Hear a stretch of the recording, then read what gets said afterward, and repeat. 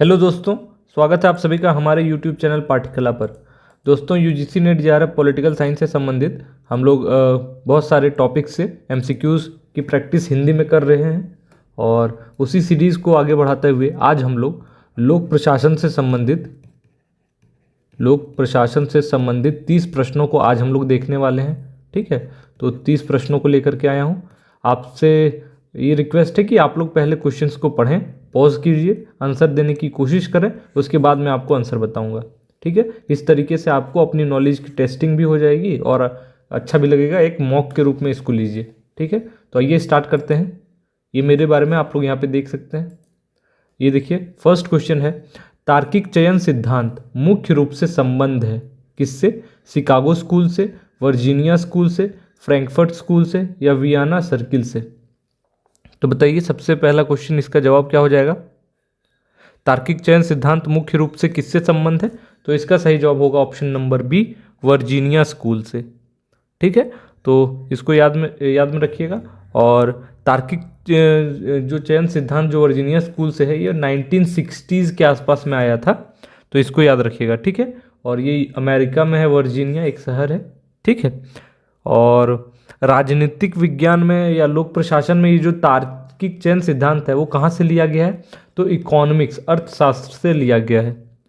ठीक है, और इकोनॉमिक्स में इसको क्या कहते हैं? तार्किक चयन सिद्धांत को कहा जाता है लोक चयन सिद्धांत। ठीक है, लोक चयन सिद्धांत। तो ये चीज़ आप लोग याद रखिए। और ठीक है, तो बस इतना याद रखिए। और एक चीज़ याद रखिएगा कि ये जो सिद्धांत है, तार्किक चयन सिद्धांत, इसमें राज्य और बाजार के बजाय जो इंसान है, जो व्यक्ति है, उसको महत्वपूर्ण मानती है।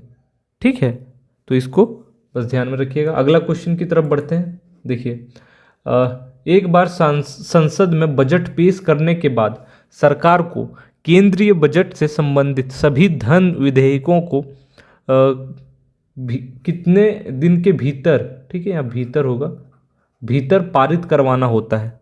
ठीक है, यहाँ पे ऑप्शंस नहीं है, लिख लीजिए आप लोग ऑप्शंस। 90 दिन, ठीक है, 90 दिन, और दूसरा हो गया आपका 30 दिन, ठीक, और तीसरा ऑप्शन आप लोग लिख लीजिए 60 दिन, और चौथा ऑप्शन हो गया आपका 75 दिन।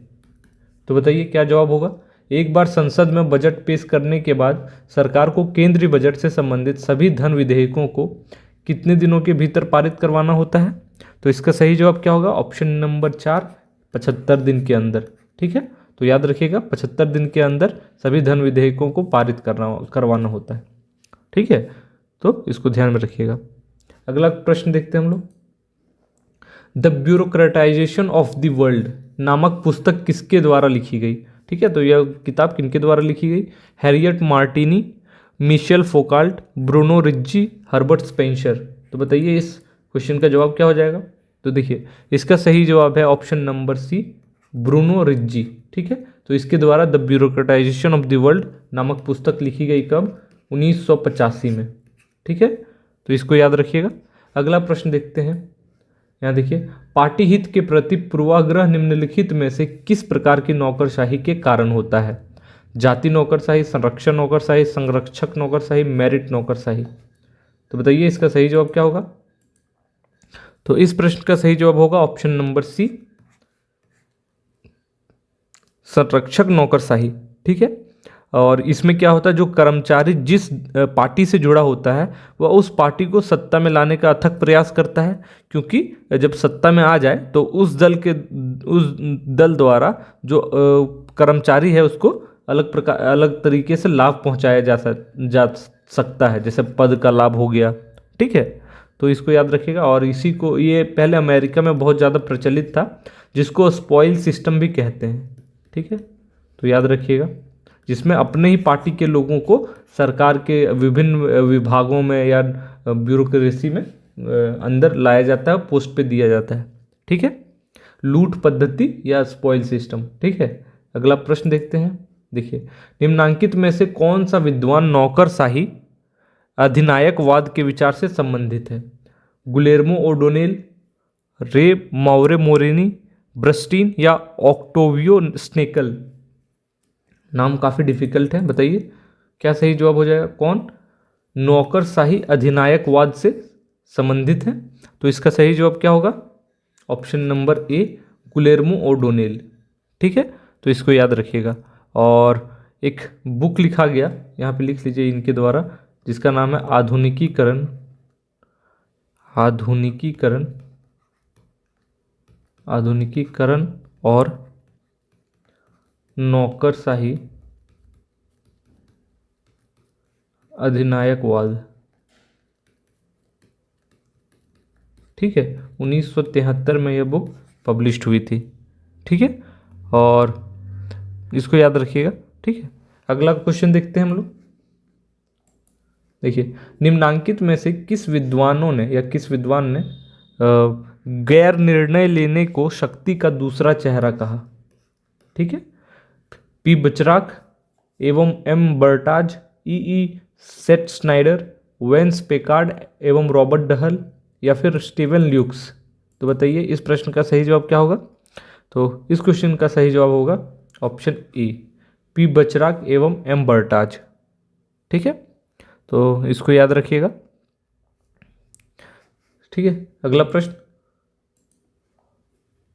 यहाँ पे देखिए, निम्नांकित विचारकों में से किसने सत्तावादी शासक को परिभाषित करने के लिए सुल्तानवाद शब्द गढ़ा?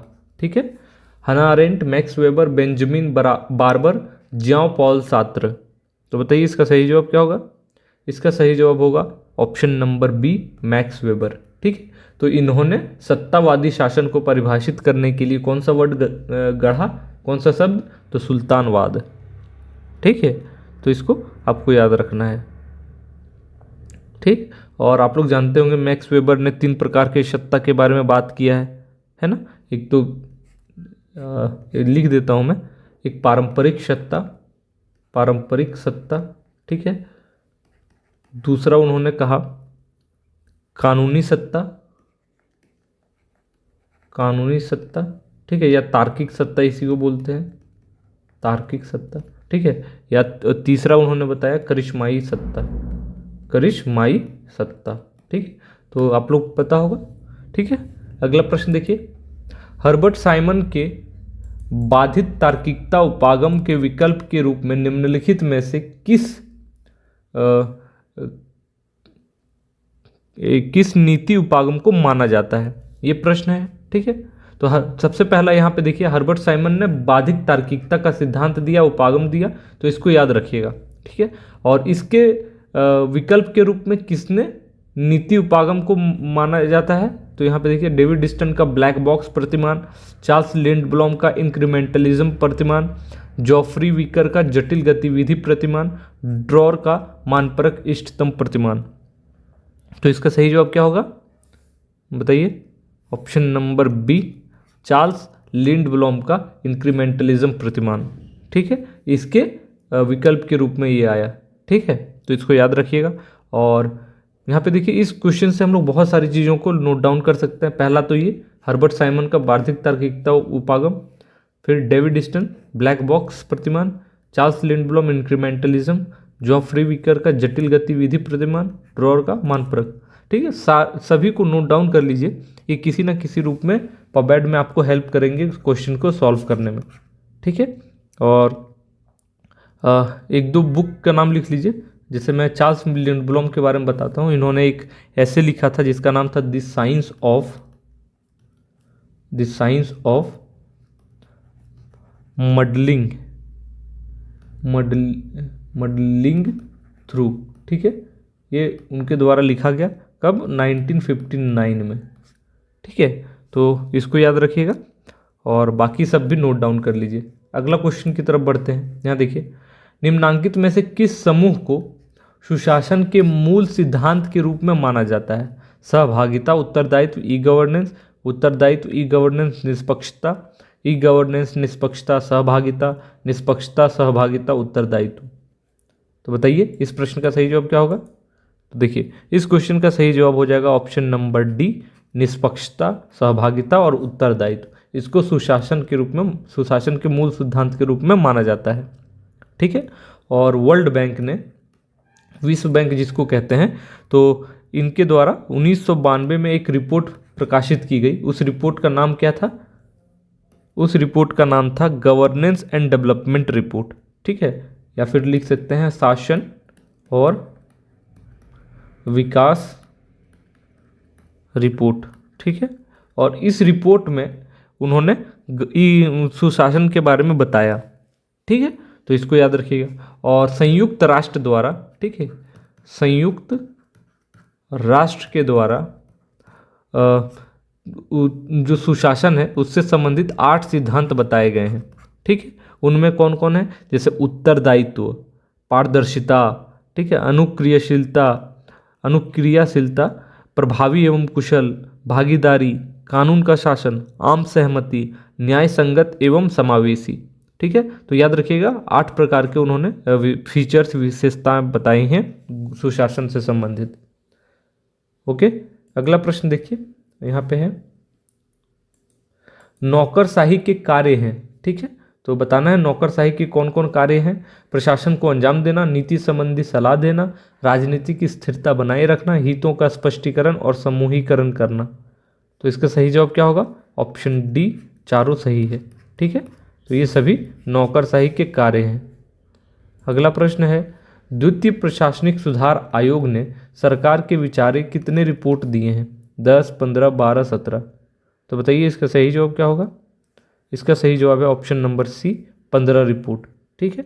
तो जो सेकेंड ARC रिपोर्ट बनी थी, ठीक है, लिख लीजिए सेकेंड ARC रिपोर्ट, ठीक है जी, इसको प्रशासनिक सुधार आयोग कहा जाता है। ये कब बना था? 2005 में, ठीक है।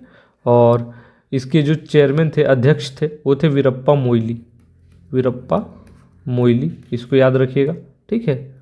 और इनके द्वारा 15 रिपोर्ट सरकार को दिए गए थे। और रिपोर्ट के बारे में भी सवाल पूछा जाता है, तो लिख लीजिए अच्छे से। जैसे पहली जो रिपोर्ट थी, ठीक है, इसमें किसके बारे में बात होती है? तो सूचना के अधिकार से संबंधित थी, RTI, ठीक है। तो सूचना के अधिकार से संबंधित यह रिपोर्ट थी, और यह RTI किससे संबंधित कह सकते हैं। और फिर चौथी जो रिपोर्ट थी वो किससे संबंधित थी? शासन में नैतिकता, ठीक है, एथिक्स इन गवर्नेंस जिसको कहते हैं, तो इससे संबंधित रिपोर्ट थी। और 8वीं जो रिपोर्ट थी, कुछ इंपॉर्टेंट बता दे रहा हूँ, जो आतंकवाद से संबंधित थी, ठीक है। तो इस प्रकार से आप लोग नोट डाउन कर लीजिए, ठीक है। अगला प्रश्न देखते हैं, मैक्स वेबर ने कितने संभव प्रकार के प्राधिकरण की पुनरावृत्ति की? 4, 5, 2, 3 या 1? तो बताइए इसका सही जवाब क्या हो जाएगा? 4, 5, 3, 2 या 1? तो इसका सही जवाब है ऑप्शन नंबर सी। हम लोगों ने देखा परंपरागत सत्ता, करिश्माई सत्ता, या फिर कानूनी या तार्किक या विवेक सत्ता, ठीक है। तो 3 प्रकार के उन्होंने बात की। अगला प्रश्न देखिए, एक सेकेंड, देखिए यहाँ पे सूची दी गई है, उपागम और विशेषता, इसको मैच करना है, ठीक है। तो बताइए यहाँ पे किस तरीके से मैच होगा? तो देखिए पारिस्थितिकीय जो है, ठीक, ये किससे हम लोग मैच कर सकते हैं? ऑप्शन 3 से, अग्रेरिया इंडस्ट्रिया, ठीक है। फिर निर्णय निर्माण जो है, ये किससे रिलेटेड है? ये तथ्य मूलन कथन से, ठीक है। फिर नौकरशाही किससे मैच कर सकते हैं? विधिक तर्कपूर्ण से। सामान्य व्यवस्था, इसकी विशेषता क्या होगी? नकारात्मक प्रतिसंभरण, ठीक है। तो देखिए मिला लीजिए, तो इसका सही जवाब हो जाएगा ऑप्शन नंबर डी, ठीक है। तो याद रखिएगा इसको, इसकी क्या क्या विशेषताएं हैं किस उपागम के। अगला प्रश्न देखते हैं, देखिए निम्नलिखित में से किसने कहा था भौतिकी या रसायन की तरह प्रशासन भी सिद्धांतों से शासित होता है? गुलिक, LD वाइट, H साइमन, उर्विक। तो बताइए इस प्रश्न का क्या सही जवाब होना चाहिए?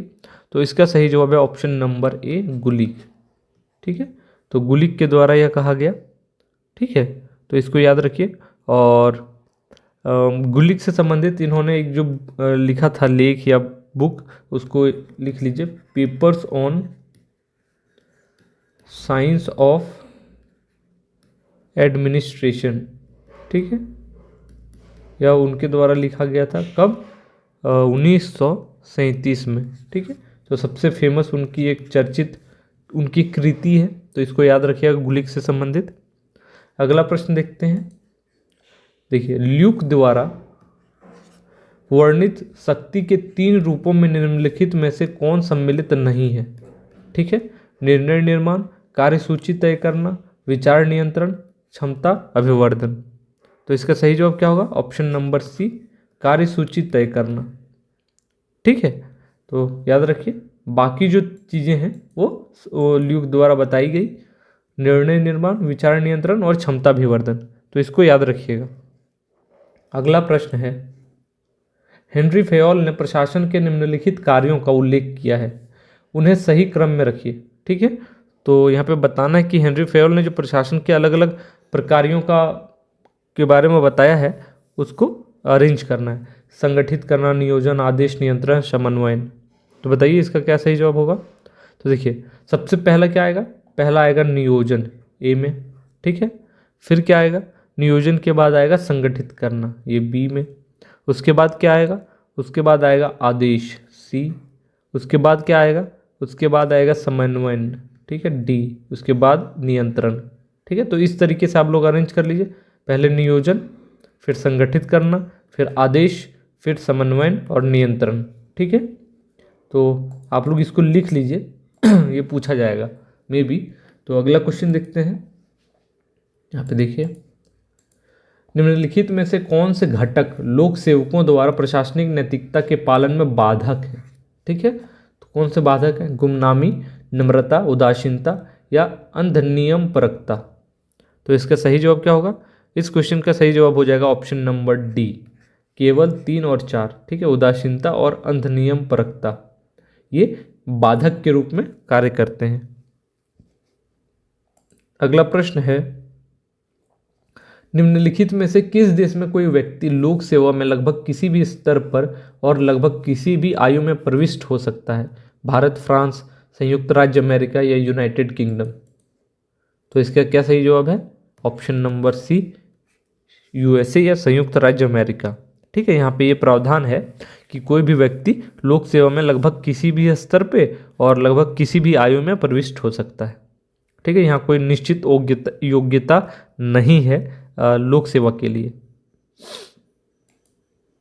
देखिए, निम्नलिखित में से कौन सा वैज्ञानिक प्रबंधन का लक्ष्य है, श्रमिकों का कल्याण, रोजगार सृजन करना, सामाजिक कल्याण को अधिकतम करना, उच्चतर औद्योगिक दक्षता।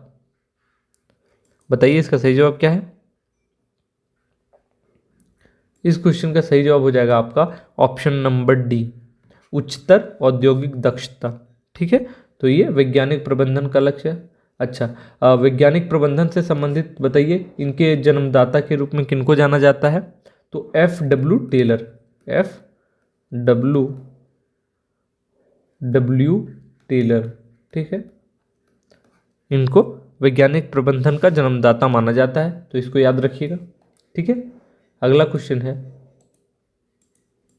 देखिए यहाँ पे मैच करने को है Elton Mayo, Henry Fayol, Nicholas Henry, F.W. Taylor, और यहाँ पे बताइए। तो देखिए, अभी हम लोगों ने देखा F.W. टेलर वैज्ञानिक प्रबंधन से संबंधित है। ठीक है, तो सी का क्या हो जाएगा, सॉरी डी का 2 यहाँ पे देखिए 2 ऑप्शंस में है, 2 एलिमिनेट हो गए आपके, ए वाला और ये एलिमिनेट हो गया। उसके बाद देखिए यहाँ पे है एल्टन मेयो के बारे में हम लोगों ने पहले भी पढ़ा है, किससे संबंधित है, मानव संबंध सिद्धांत से। ठीक है, तो मानव संबंध सिद्धांत, तो ए का 3, तो देखिए यहाँ पे इसमें है, हमको इसी में देखना था, ए का 3, तो ऑप्शन सी। तो देख रहे हैं आप लोग किस प्रकार से यदि आपको 1-2 ऑप्शंस भी पता होता है, ठीक है, कोई भी कंसेप्ट, तो ये पूरा क्वेश्चन आपका सॉल्व हो जाता है। ठीक है, और जीआरएफ नहीं निकलने के पीछे रीज़न यही है कि 1-2 क्वेश्चन में सिली मिस्टेक हो जाती है, और जो कर सकते थे यदि ज़्यादा रिवीजन होता, ज़्यादा मॉक्स लगाते। ठीक है, तो बस 1-2 क्वेश्चंस की वजह से जीआरएफ रह जाता है बहुत लोगों का। तो मैं आपसे यही रिक्वेस्ट करूँगा, ज़्यादा से ज़्यादा रिवीजन और मॉक्स लगाएं। ठीक है, तो इसको मैच कर लीजिए, बी का 1 और सी का क्या हो जाएगा 4। और ये सभी को नोट डाउन कर लीजिए कि किससे रिलेटेड है। अगला क्वेश्चन है, उपनिवेशी शासन में निम्नलिखित में से नौकरशाही का कौन सा प्रकार पाया जाता है?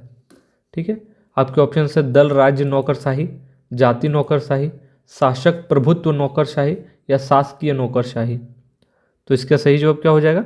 ऑप्शन डी, शासकीय नौकरशाही। ठीक है, तो इसको याद रखिएगा। अगला प्रश्न है, यहाँ भी सूची 1 सूची 2 है ठीक है, और आपको मैच करना है। बताइए क्या हो जाएगा? तो इसका सही जवाब ऑप्शन ए हो जाएगा।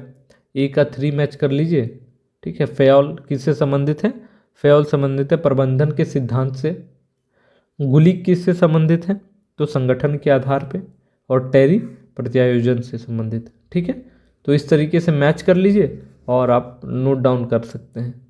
अगला क्वेश्चन है, निम्नलिखित में से किसने प्रत्यायोजन की अवधारणा को संगठनात्मक सिद्धांत का मिथक मात्र माना है? ठीक है, तो बताइए, टेरी, फोलेट, मिलेट या मूने। तो क्या सही जवाब हो जाएगा इसका? इसका सही जवाब ऑप्शन नंबर बी हो जाएगा, फोलेट। ठीक है, तो एमपी फोलेट ने प्रत्यायोजन की अवधारणा को सांगठनिक विचारधारा का एक मिथक मात्र मानती है। ठीक है, अगला क्वेश्चन है, यहाँ पे देखिए, निम्नलिखित कथनों में से विकास प्रशासन के संबंध में कौन से सही हैं? यह परिवर्तनोन्मुखी है, इसके उद्देश्य सरल हैं, यह गतिक एवं लचीला है, या नए लक्ष्यों से संबंधित है। तो इसका सही जवाब क्या हो जाएगा? इसका सही जवाब हो जाएगा ऑप्शन नंबर यहाँ पे देखिए सी। ठीक है, 1, 3 और 4। ठीक है, तो ये नहीं है। ठीक है, तो याद रखिएगा इसको। अगला क्वेश्चन देखते हैं, निम्नलिखित में से निर्णय करने का, ठीक है, आबद्ध तार्किकता मॉडल किसने प्रतिपादित किया?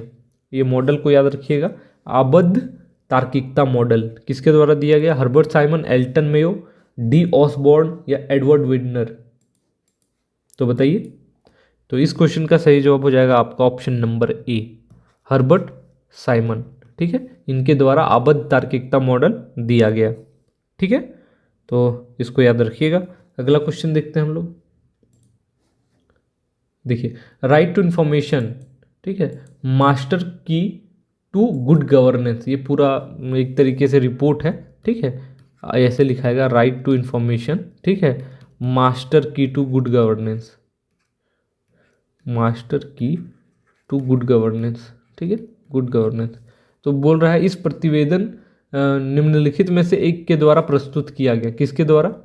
सरकारी आयोग, पंछी आयोग, प्रथम प्रशासनिक सुधार आयोग या दूसरा प्रशासनिक सुधार आयोग। तो दोस्तों, हम लोगों ने कुछ देर पहले एक क्वेश्चन में देखा था कि फर्स्ट रिपोर्ट में आरटीआई के बारे में मेंशन है, तो ये सेकेंड एआरसी रिपोर्ट में था। ठीक है, याद आया आप लोगों को? तो 2005 में वीरप्पा मोइली इसकी अध्यक्षता कर रहे थे। ठीक है, पहला प्रशासनिक सुधार आयोग के बारे में आप लोग जानते हैं, 1966 में बना था और मोरारजी देसाई उस समय के अध्यक्ष कर रहे थे इसके। ठीक है, अध्यक्षता यही कर रहे थे मोरारजी देसाई। उसके बाद फिर बन गए थे के हनुमंता। ठीक है, तो इसको याद रखिए। ठीक है, अगला क्वेश्चन हम लोग देखते हैं। सरकारी आयोग जानते हैं आप लोग, सेंटर और स्टेट से संबंधित है, उसके रिलेशन से संबंधित। ठीक है, और पूंछी आयोग भी, तो इसको याद रखिएगा। अगला क्वेश्चन है, निम्नलिखित में से किस आयोग या चिंतक ने भ्रष्टाचार के 27 रीतियों की पहचान की है? ठीक है, तो किसके द्वारा 27 रीतियों की पहचान की गई है, ये पूछा जा रहा है। और यहाँ पे आपके ऑप्शंस देख लीजिए, कौटिल्य, वोहरा समिति, संथानम समिति और केंद्रीय सतर्कता आयोग। ठीक है, तो कोशिश करिए इसका जवाब देने की, क्या होगा, किनके द्वारा भ्रष्टाचार से संबंधित 27 रीतियों के बारे में बताया गया। इसका जवाब क्या हो जाएगा? तो इस क्वेश्चन का सही जवाब हो जाएगा आपका ऑप्शन नंबर डी। ठीक है, केंद्रीय सतर्कता आयोग। ठीक है, और इस आयोग का गठन संथानम समिति के सिफारिश पर हुआ था, इसको याद रखिएगा। ठीक है, और यह एक संवैधानिक संस्था है। संवैधानिक